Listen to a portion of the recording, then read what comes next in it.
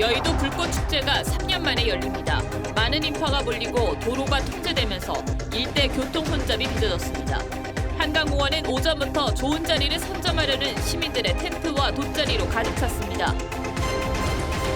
북한이 중거리 탄도미사일을 발사한 지 3일 만에 미국이 북한 석유 수출에 관여한 기업과 개인을 추가 제재했습니다. 북한은 미사일 발사는 미국의 군사적 위협 때문이라고 주장했습니다. 미국이 반도체 제조 장비에 중국 수출을 전면 통제하고 고성능 반도체 칩의 수출은 제한하는 조치를 발표했습니다. 삼성과 SK 하이닉스도 미국 정부의 별도 심사를 받아야 합니다. 경찰과 지자체, 소방당국이 강남 유흥가에서 마약 합동 단속에 나섰습니다. 주로 온라인에서 거래되는 탓에 실제 적발된 사례는 없었습니다.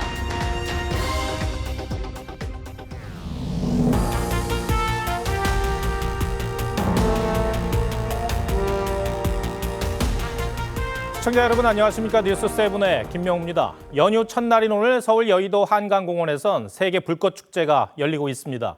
코로나로 중단됐다가 3년 만에 다시 시작된 겁니다. 모처럼 탁 트인 야외에서 일상 회복을 만끽하려는 나들이 객들로 인산인해라고 합니다. 다만 볼거리가 있고 많은 시민들이 한꺼번에 모이다 보니 안전에도 각별히 유의하셔야겠습니다. 현장에 나가 있는 취재기자 연결합니다. 박한솔 기자, 얼마나 많은 시민들이 모였습니까? 네, 잠시 뒤면 제뒤로 흐르는 한강 위로 불꽃쇼가 펼쳐질 텐데요. 이곳 여의도 일대엔 가을밤과 불꽃쇼를 즐기려는 100만 명 안팎의 인파가 운집한 상태입니다. 지금은 개막식 행사가 진행 중인데요. 잠시 후 7시 20분부터 일본 팀을 시작으로 이탈리아 팀과 한국 팀이 차례로 불꽃쇼를 펼칠 예정입니다. 이들 세 개 팀은 코로나 이후 3년 만에 재개된 이번 축제에서 우리는 다시 희망한다라는 주제로 밤하늘에 10만 발의 불꽃을 선사할 예정입니다. 자, 많은 분들이 야외로 나오셔서 교통과 안전 문제도 걱정인데 현재 교통 상황은 어떻습니까? 네, 오늘 낮 2시부터 마포대교에서 63빌딩 앞까지 여의동로 일대가 전면 통제됐습니다. 또 지하철 5호선 여의나루역도 행사 직전인 오후 6시부터 7시까지 승강장 인파를 감안해 무정차 통과했습니다. 가는 곳마다 막히는 불편의 연속이지만 불꽃축제의 현장을 찾은 시민들은 3년 만에 재개된 축제에 설레임을 감추지 못했습니다. 2-3시간 기다렸나? 좀 일찍 왔어요. 저희 3년 만에 하는 불꽃 축제여서 진짜 많이 기대하고 있고 너무 즐거울 것 같아요. 지하철 5호선은 밤 8시 반부터 10시까지 증편 운행하고 여의도를 경유하는 버스도 행사 종료 시간에 맞춰 운행 대수를 늘릴 예정입니다. 다만 승강장 안전을 감안해 밤 8시부터 11시까지 여의나루역에선 지하철을 타고 내릴 수 없습니다. 경찰은 마포대교와 원효대교, 강변북로, 올림픽대로 등지에서 불법 주정차 단속을 벌일 예정입니다. TV조선 박한솔입니다. 다음 소식입니다. 최근 미국의 북한과 중국, 러시아에 대한 대응이 어느 때보다 빠르고 뚜렷합니다. 북한과 중국, 러시아 이 세 나라는 각자의 사정에 따라 움직이고 있습니다만 서로 공조하는 모습을 확인할 수 있고 더욱이 미국 비판에 대해선 한 목소리를 내고 있습니다. 이런 상황에서 미국은 어제 하루 이 성격은 다르지만 북한에 대한 제재와 중국에 대한 견제 정책을 각각 내놨습니다.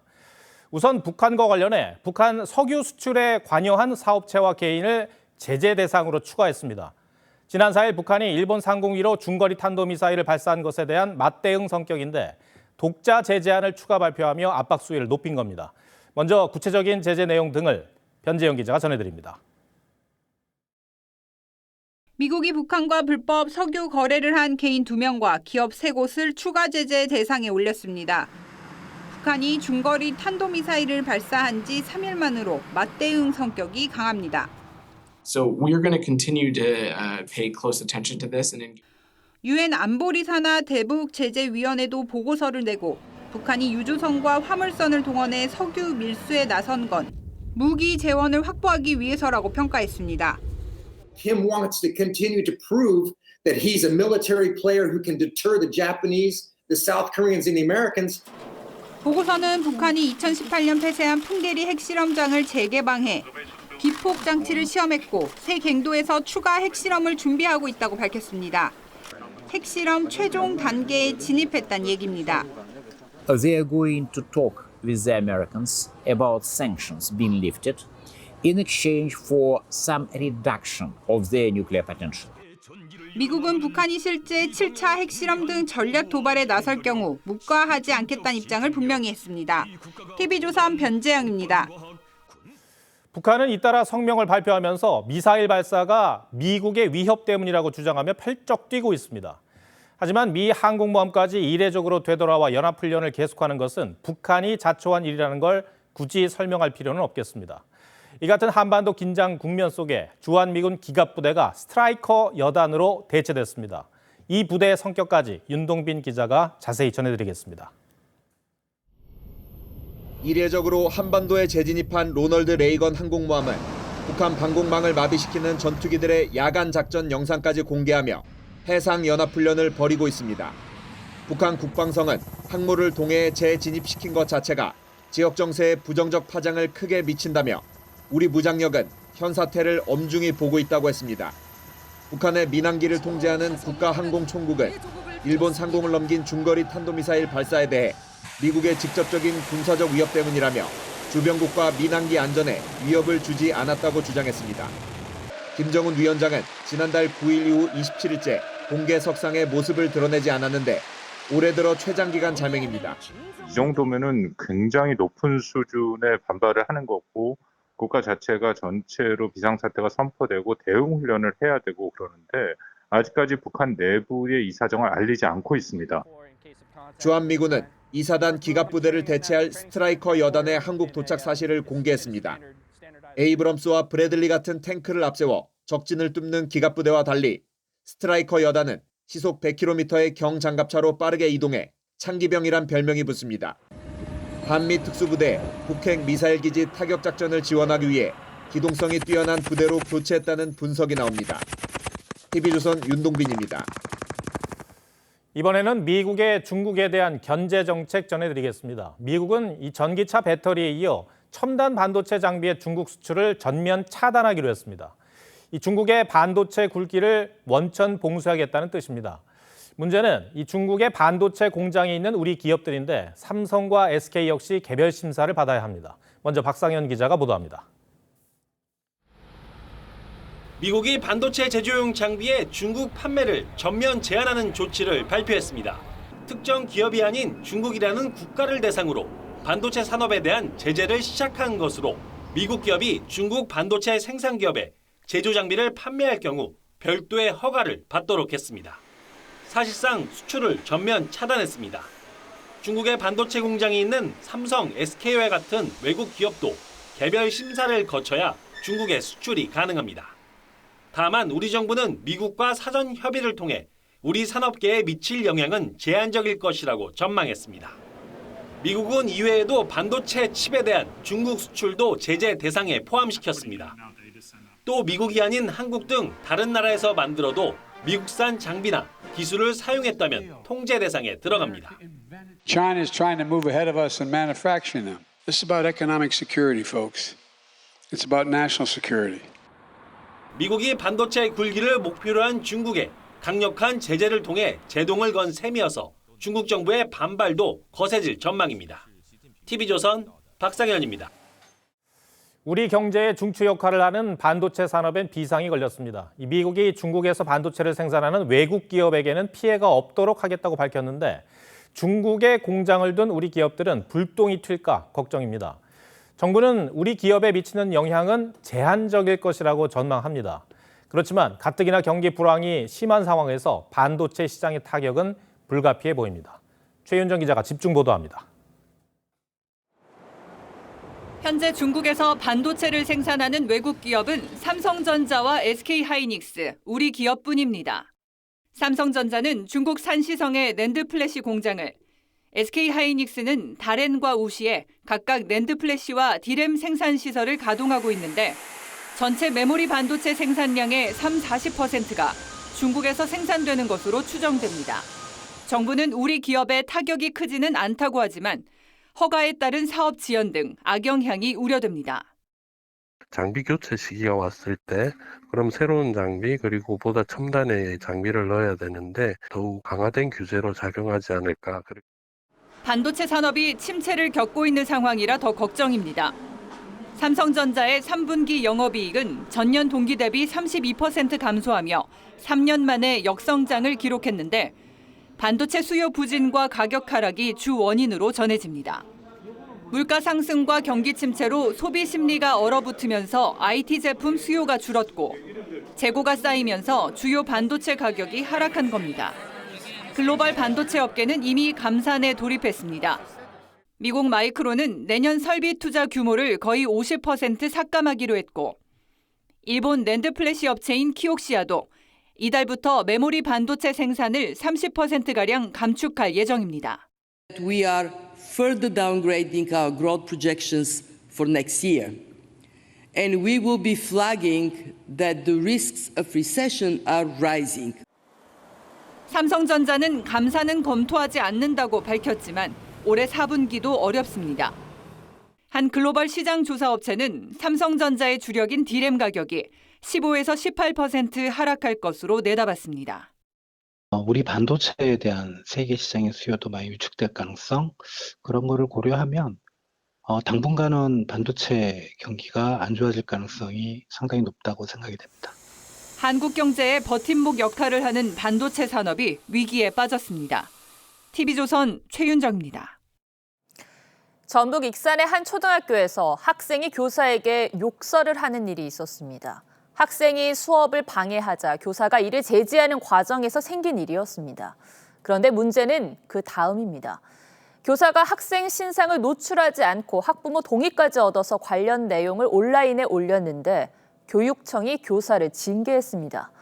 교권 추락이 왜 심각해지는지 잘 보여주는 사건이라는 지적이 나옵니다. 윤수연 기자입니다.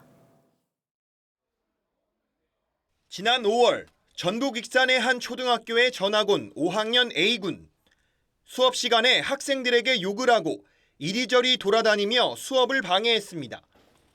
담임교사 김모 씨가 제지하자 A군은 선생이라 때리지도 못할 거면서라며 욕을 했고 이 상황을 같은 반 학생들이 휴대전화로 촬영했습니다. A군은 출석 정지 처분을 받은 다음 날 학교 앞에서 영상을 찍은 학생을 찾겠다며 위협을 했고 말리는 교사들을 아동학대로 신고해 경찰까지 출동했습니다. 얼마 후 담임교사 김 씨는 당시 상황을 글로 정리해 유튜브에 올렸다가 불이익을 받게 됐습니다. 전북도 교육청은 지난달 23일 김 씨가 학생 신상을 노출했고 교장의 명예를 훼손했다는 이유로 경징계 처분했습니다. 김 씨는 학생 신분을 노출하지 않았고 학부모의 동의를 얻어 동영상을 올린 것이라며 교육청에 재심의를 요청했습니다. 공익적인 목적과 사실에 근거한 내용으로 징계를 받는다면 앞으로 교권 침해는 더 심해질 것이고 결국 아이들도 피해를 볼 수 있습니다. 전국 교사 18,000여 명이 징계를 취소하란 서명을 했지만 전북도 교육청 관계자는 재심의 중이라 입장을 내는 건 부적절하다고 했습니다. 교육청 등에 따르면 A군은 심리치료를 받았고 다음 주에 다른 학교로 등교 예정입니다. TV조선 윤수영입니다. 밤사이 강남 일대 클럽에 경찰과 소방, 지자체 공무원들이 들이닥쳤습니다. 클럽과 유흥주점에서 마약 범죄가 끊이지 않자 합동 단속에 나선 건데 3시간 가까운 단속에도 적발 건수는 단 하나도 없었습니다. 지금의 마약 범죄는 보안 메신저를 이용해서 활개치고 있는데 이러한 보여주기식 대응보다는 실효성 있는 단속이 필요해 보입니다. 전정원 기자입니다. 야광조끼를 입은 경찰관 수십 명이 클럽으로 들어갑니다. 후미진 공간마다 마약이 숨겨져 있나 살펴보는가 하면 안에 하나씩 있죠. 오케이. 화장실 구석구석 특수장비로 불법 카메라 설치 여부도 확인합니다.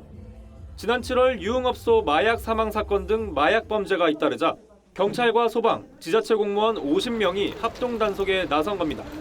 손님들하고 이렇게 하는 방법, 장면 이런 것이 있으면은 즉시 거기서 적발이 될 수 있도록.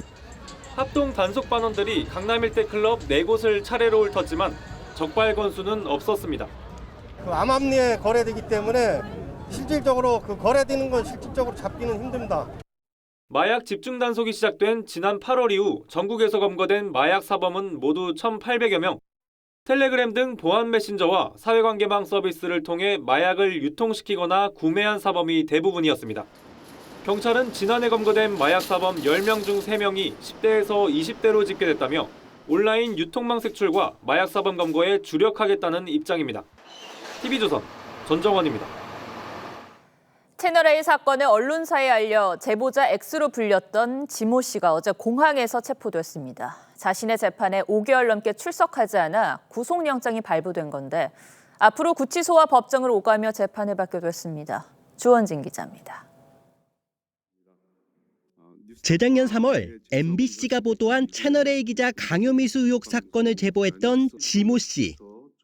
자칭 제보자 X로 활동해온 지 씨가 어제 오후 인천공항 입국장에서 체포됐습니다. 지 씨는 지난 4월 채널A 사건 관련 허위 사실에 의한 명예훼손 혐의로 불구속 기소됐지만 재판에 나오지 않았습니다.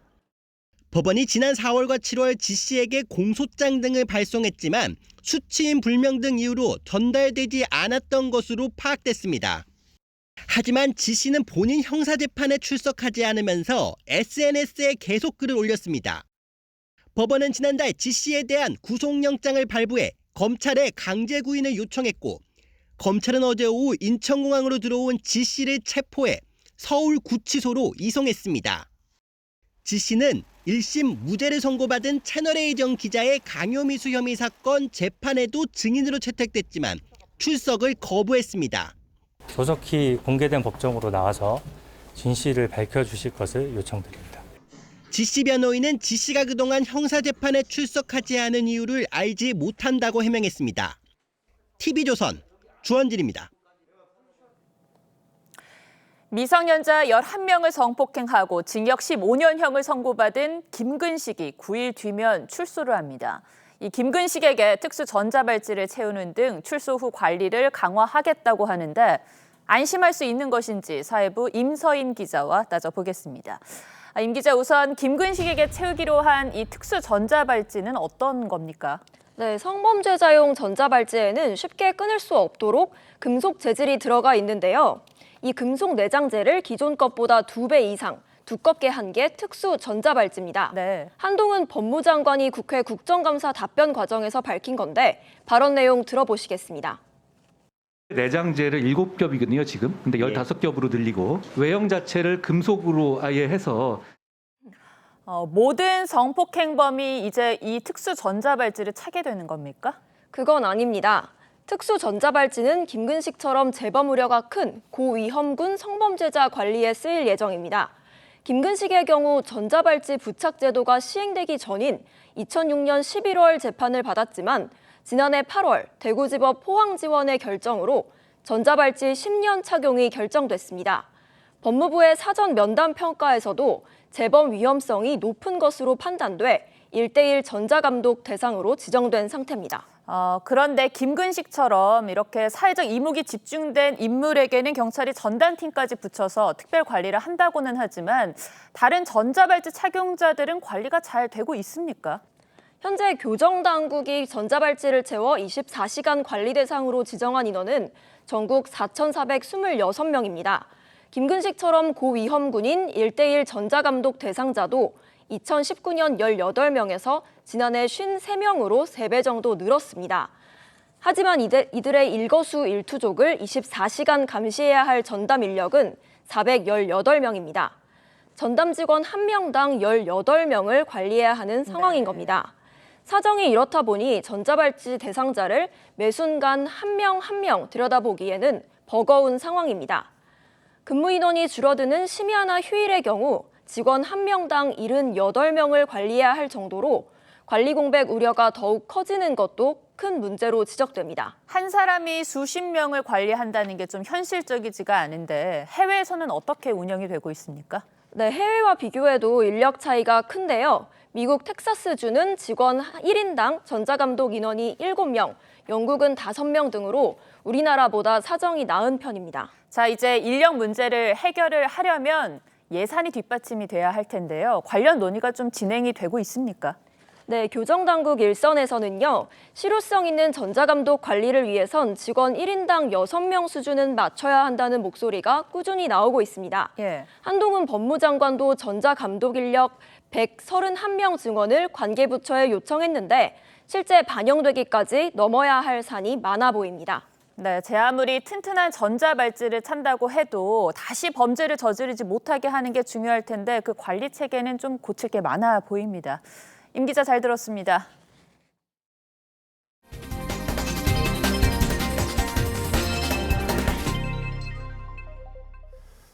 네, 지금 국회는 국정감사가 한창이죠. 여러 이슈와 논란이 많은데 세계적인 아이돌 그룹 방탄소년단의 병역 문제 역시 뜨거운 감자입니다. 그만큼 방탄소년단의 영향력과 상징성이 크기 때문일 겁니다. 시청자들께서도 각자 의견이 있으실 텐데 국회의원들 저마다의 입장 들으시고 어떤 주장이 설득력 있는지 판단해 주시기 바랍니다. 정민진 기자가 소개합니다. BTS의 맏형인 진은 1992년 12월생으로 내년 초 입영 대상이고 다른 멤버들도 입대 시기가 줄줄이 다가오자 국회 국정감사에서도 어김없이 병력 공방이 벌어졌습니다. 소속 정당과 상관없이 주장이 엇갈렸는데 병역 특례를 주장하는 의원들은 국익과 여론, 다른 대체복무 사례와의 형평성을 강조했습니다. 전 세계에 대한민국을 알리는 데는 1등 공신이라고 볼 수밖에 없지 않습니까? 그걸 왜 무시하고 그냥 꼭 군대를 보내서 이럴. 지금 42개의 이 대체복무 제도가 공정한가? 42개 다 없애야 되는 겁니다. 하지만 병역 의무의 공정성에 무게를 둔 쪽에선 입대를 주장합니다. 공정성 측면에서 보면 그것이 바람직한 것이냐에 대한 많은 반론들이 있고 결국 국내외 유명 가수까지 소환됩니다. 비틀즈에 준하는 정도의 BTS가 있다는 것도 아시죠? 엘비스 프레슬리 군대 갔다 왔습니다. 남진 원로 가수님은 월남전 연장했어요. 입대 의지를 담은 BTS 멤버의 자작곡을 읊는 의원도 있었습니다. 우우 군대는 때 되면 알아서들 갈 테니 본인들이 군대 가겠다는데. 이기식 병무청장은 병역 의무 이행에 중요한 건 공정성과 형평성이라며 BTS도 군복무를 하는 것이 바람직하다고 했습니다. TV조선 정민진입니다. 여성가족부 폐지를 포함한 정부 조직 개편안 발표 이후 정부와 여당은 11월 법안 처리를 목표로 속도전에 들어갔습니다. 과거 이른바 피해 호소인 논란까지 또다시 도마 위에 올랐는데 논란 당사자인 민주당은 불편한 기색을 감추지 못하면서도 여론 동향을 살피며 신중한 모습을 보이고 있습니다. 어떤 속사정인지 장용욱 기자가 설명해드리겠습니다. 윤석열 대통령은 여가부 폐지가 여성 보호를 더 강화하기 위한 것이라며 피해 호소인 시각 탈피를 거론했습니다. 성비위 문제에 대해서도 피해 호소인이라고 하는 그런 시각에서 완전히 탈피하자. 지난 2020년 박원순 전 서울시장의 성추행 사건 당시 민주당 여성 의원들의 피해 호소인 표현과 여가부의 부적절한 대응을 꼬집은 겁니다. 국민의힘은 정부조직법 개정안을 발의하며 거대 야당의 협조를 당부했습니다. 정부가 어떤 조직을 가지고 일할지는 정부의 결정에 좀 맡겨주시면 좋고. 민주당은 일부 우려를 나타내면서도 여러 부처와 협의해야 되는 이런 성범죄라든지 많은 정책적인 부분에 있어서 이런 기능들이 약화될 우려가 있다. 명확한 찬반 입장을 밝히지 않았습니다. 저희도 보고만 받은 상황이고 관련해서는 내부 논의가 더 필요하다. 이재명 대표는 대선 후보 시절 평등 가족부를 공약하며 남성이란 이유로 차별받는 것도 옳지 않다고 말한 적이 있습니다. 입장이 다르더라도 그들이 무슨 생각을 하는지 뭘 말하는지는 최소한 알아야 되지 않습니까? 야당 지도부 관계자는 윤석열 정부가 외교 참사 등을 덮기 위해 젠더 갈라치기 이슈를 꺼낸 걸로 본다면서도 대선 때 적지 않은 국민이 손을 들어준 이슈를 마냥 반대하기도 어려워 고민이 깊은 게 사실이라고 전했습니다. TV조선 장용욱입니다. 발전 5사의 태양광 발전 이용률이 저조한 것으로 나타났습니다. 이 당초 계획보다 이용률이 떨어지는 경우가 절반이 넘었습니다. 일조량 변화 때문에 어쩔 수 없다는 건데 재생에너지 발전 비중을 늘리기엔 한계가 있다는 지적이 나옵니다. 송병철 기자가 보도합니다. 세종시와 대전을 잇는 자전거 도로입니다. 지붕에는 태양광 패널 7,500개가 설치돼 있습니다. 그런데 지난해 이용률 계획을 14%로 잡았는데 실제로는 13.3%에 그쳤습니다. 이런 곳이 한둘이 아닙니다. 발전 5사의 태양광 발전 111곳의 이용률을 조사했더니 절반이 넘는 59곳, 53%가 당초 계획에 못 미친 것으로 나타났습니다. 특히 중부발전의 보령 2단지는 이용률 14%를 계획했지만 실제로는 6%에 그쳤고 남부발전의 신인천 태양광도 14%를 계획했지만 7%에 그쳤습니다. 발전사들은 기상 상태에 따른 일조량 변화로 실제 이용률이 계획보다 떨어질 수 있다는 입장입니다. 재생에너지의 발전 효율에 대해 의문이 달리는 상황. 결국 새 정부는 2030년까지 재생에너지 발전 목표를 기존 30%에서 21.5%로 크게 낮췄습니다. 실현 가능성에 맞춰 목표치를 하향 조정한 겁니다.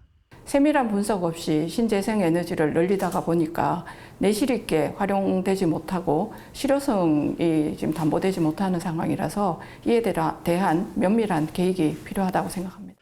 앞으로 전력 수급 차질을 막기 위해서는 재생에너지의 안정적 공급 기술을 우선 확보해야 한다는 지적이 나옵니다. TV조선 송병철입니다. 아침 저녁으로 날씨가 쌀쌀해지면서 감기 환자가 부쩍 늘었습니다. 그런데 감기약 수급 상황이 불안해 대란이 우려되고 있습니다. 주무부처인 식약처마저 이제 쓸 수 있는 카드는 다 썼다며 사실상 두 손을 들었는데요. 왜 이런 사태가 벌어진 것인지 이태희 기자가 취재했습니다. 서울 은평구의 한 약국.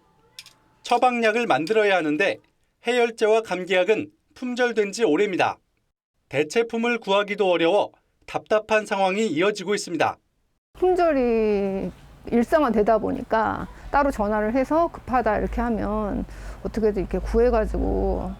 환절기라 감기약을 구하려는 수요는 늘어난 상황.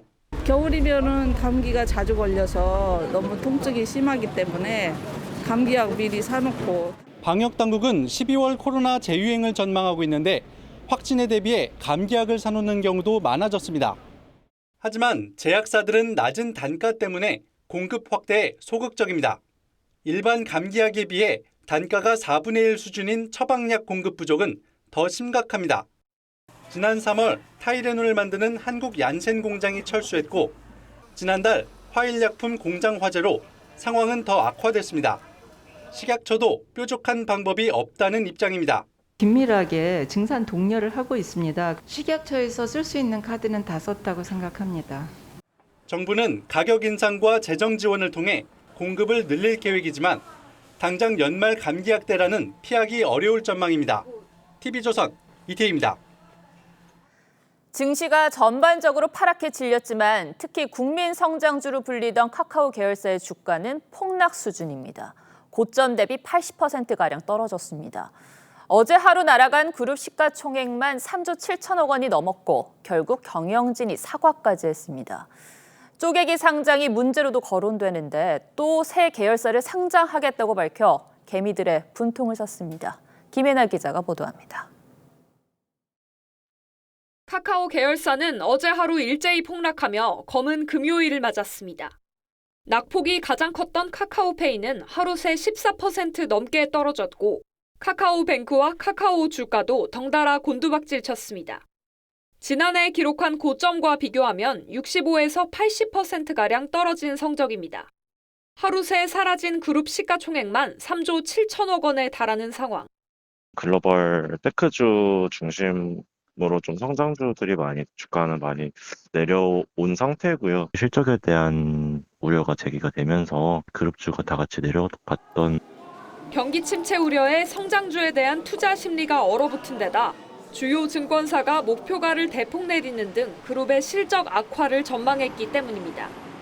윤호영 카카오뱅크 대표가 주주 환원책을 검토하겠다며 사과문을 올렸지만 국민 성장주를 믿고 뛰어든 투자자들은 분통을 터뜨리고 있습니다. 그렇게까지 떨어진지도 몰랐습니다. 경영진에서 뭔가 회사를 더 키우고 성장시킨다 그런 느낌을 못 받았기 때문에. 카카오의 문어발식 쪼개기 상장이 개미의 손실을 불렸다는 지적도 나오는 가운데 카카오 게임즈가 다음 달 또다시 자회사 쪼개기에 나서면서 당분간 개미들의 원성은 더 커질 것으로 보입니다. TV조선 김예나입니다. 가을 정치가 깊어가고 있습니다. 수십억 송이가 핀 가을꽃 축제장과 억새 군락지에는 가을을 만끽하려는 사람들의 발길이 이어졌습니다. 내일부터는 전국에 강한 비바람이 예보됐습니다. 박건우 기자입니다. 황룡강 일대가 알록달록하게 물들었습니다.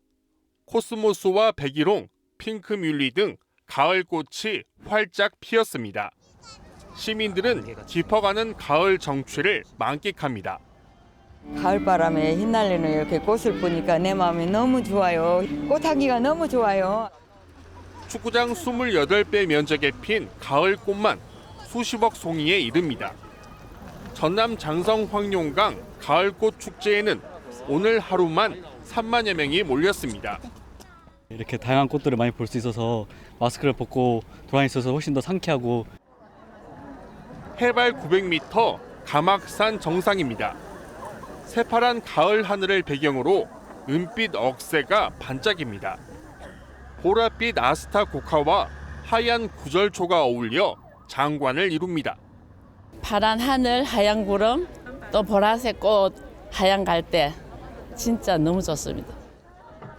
오늘 낮 최고 기온은 서울 21.4도, 광주 20.4도 등에 머물며 완연한 가을 날씨를 보였습니다. 설악산 정상에서는 오늘 새벽 첫 얼음도 관측됐습니다. 내일부터 연휴인 월요일까지는 전국에 강한 비바람이 불겠고 화요일부터는 낮 기온이 20도 아래로 뚝 떨어지며 쌀쌀한 날씨가 이어질 전망입니다. TV조선 박건우입니다.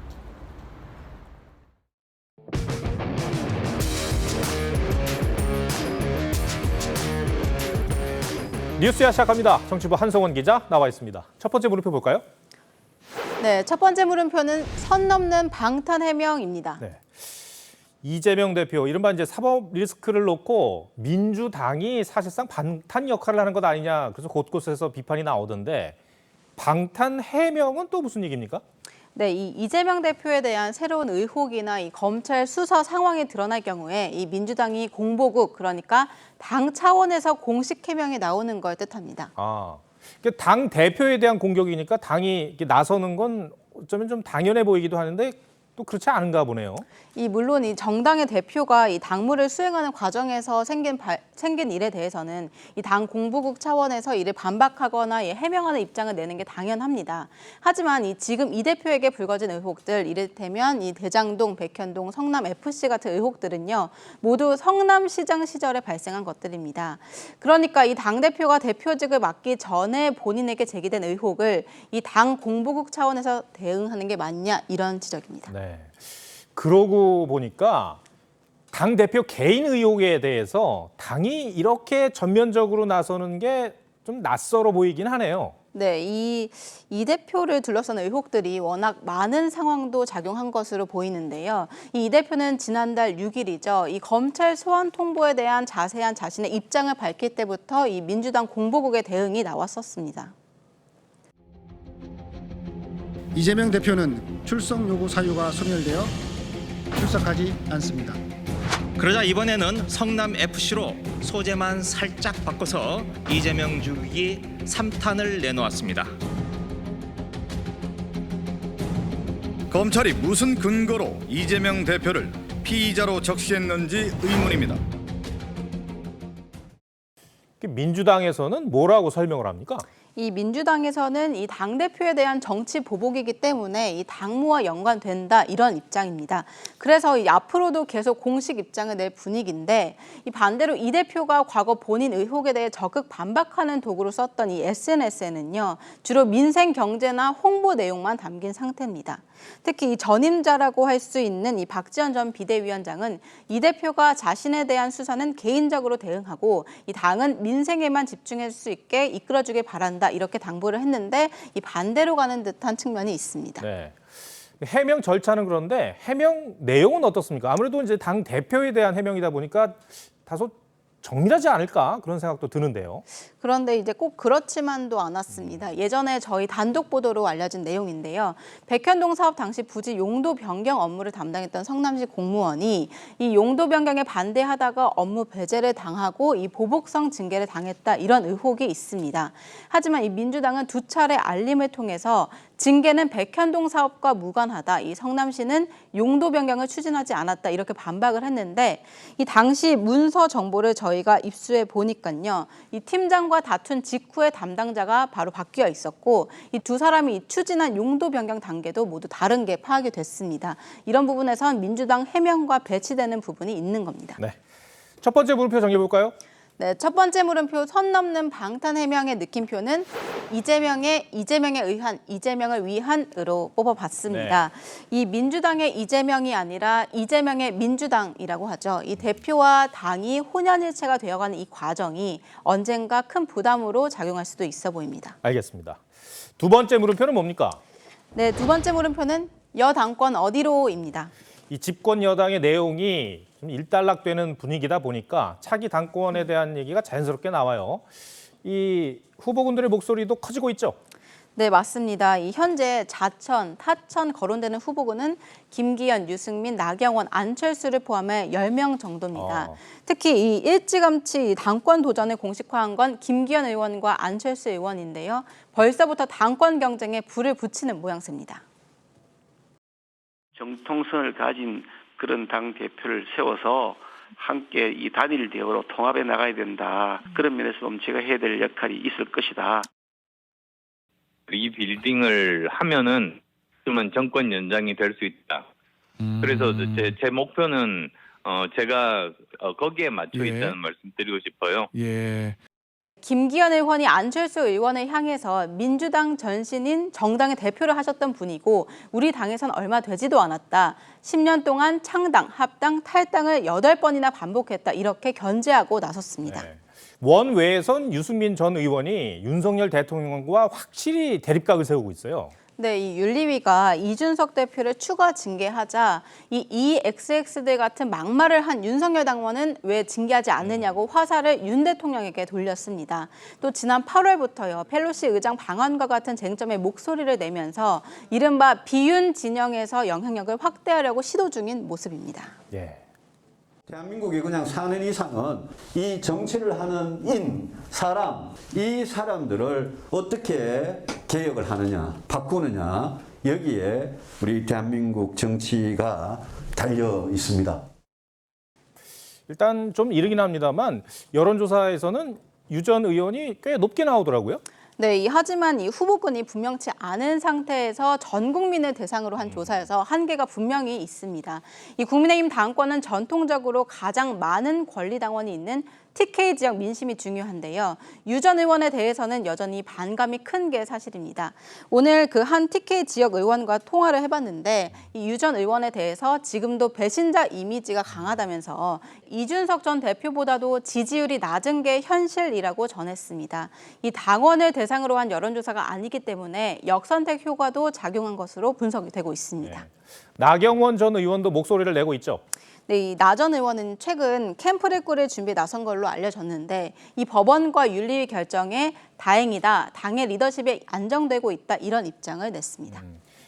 방금 역선택을 언급을 했는데 이게 전당대회 룰에서 쟁점이 될 가능성이 높죠? 네, 이 국민의힘 당대표 선출은요, 당원 투표 70%, 또 국민 여론조사 30%인데요. 이 역선택 방지 조항이 있으면 나경원, 안철수, 김기현 의원은 유리하고 없으면 유승민 전 의원이 유리한 구조입니다. 그래서 벌써부터 역선택 방지 조항을 주장하자는 목소리가 나오는 겁니다. 네, 전당대회는 내년 초가 유력합니까? 네, 올 연말까지는 예산 정국이 기다리고 있는 데다가 여러 당내외 사정상 내년 초는 되어야 이 지도부 선출이 가능할 거란 전망이 우세하고 있습니다. 이 내후년 총선 공천권을 갖고 이끌 중요한 시기라서 이 치열한 경쟁 구도에 새 인물이 등판할 가능성도 있습니다. 네, 두 번째 물음표도 정리해 볼까요? 네, 두 번째 물음표 여당권 어디로의 느낌표는 인물이 없다로 뽑아봤습니다. 이 내후년 총선에 윤석열 정부의 국정 동력까지 연결되는 여당 대표가 될 사람을 뽑는 건데요. 국민 입장에서 보면 딱히 신선함도 없고 관심도도 떨어지는 현실입니다. 알겠습니다. 한성훈 기자 설명 잘 들었습니다.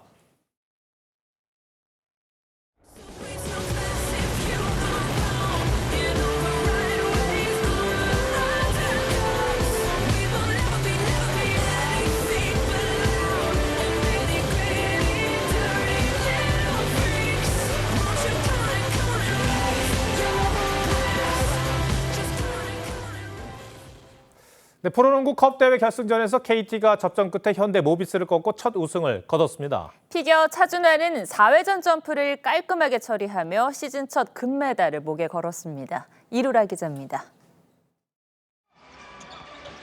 높이를 앞세운 현대모비스를 상대로 KT는 외곽포로 맞섰습니다. KT의 외국인 선수 아노시케의 3점 슛이 깨끗하게 림을 가릅니다. 아노시케는 고비 때마다 천금 같은 3점 슛으로 팀 공격에 활기를 불어넣었습니다. 현대모비스의 반격도 만만치 않았습니다. 3쿼터, 김동준이 깨끗한 3점 슛으로 승부를 원점으로 돌려놓습니다. 여기에 김현민의 3점 슛이 잇따라 터지며 역전에 성공합니다. 팀이 위기에 빠지자 아노시케의 3점 슛이 다시 빛을 발합니다. 김준환의 지원 사격까지 터지며 KT가 다시 승부를 뒤집습니다. 종료 12초, 2점 차로 뒤진 현대모비스가 막판 역전을 노렸지만 승부를 뒤집기에는 역부족이었습니다. KT는 처음으로 컵대회 우승을 차지했고 아노시케는 32득점을 기록하며 MVP에 선정됐습니다. 영화 007 주제가에 맞춰 연기를 시작한 차준환. 필살기인 4회전 점프, 쿼드러플 살코를 완벽하게 처리합니다. 이어 시도한 쿼드러플 토르프는 착지가 흔들렸지만 잘 버텼습니다. 이날 차준환은 전날 쇼트 91.06점을 더해 총점 253.20점으로 시즌 첫 금메달을 따냈습니다. 은메달에 머물렀던 지난주 대회보다 무려 26점 이상을 끌어올렸습니다. 차준환은 오는 21일 열리는 시즌 첫 그랑프리 대회에서 또 한 번 금빛 연기를 펼칩니다. TV조선 이루라입니다.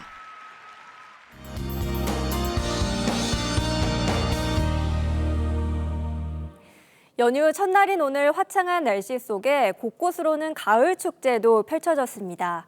하지만 한글날인 내일부터는 전국에 비가 내릴 전망인데요. 수도권 지역은 최고 60mm의 적지 않은 비가 예상되고요. 그 밖에 중서부 지역은 5에서 30mm 정도가 되겠습니다. 특히 내일 오후부터 대기가 불안정해지면서 날씨가 다소 요란하겠습니다. 천둥, 번개와 함께 비가 집중되는 곳이 있겠고요. 중부 일부 지역은 우박이 내릴 가능성도 있습니다. 미리 대비하셔야겠습니다.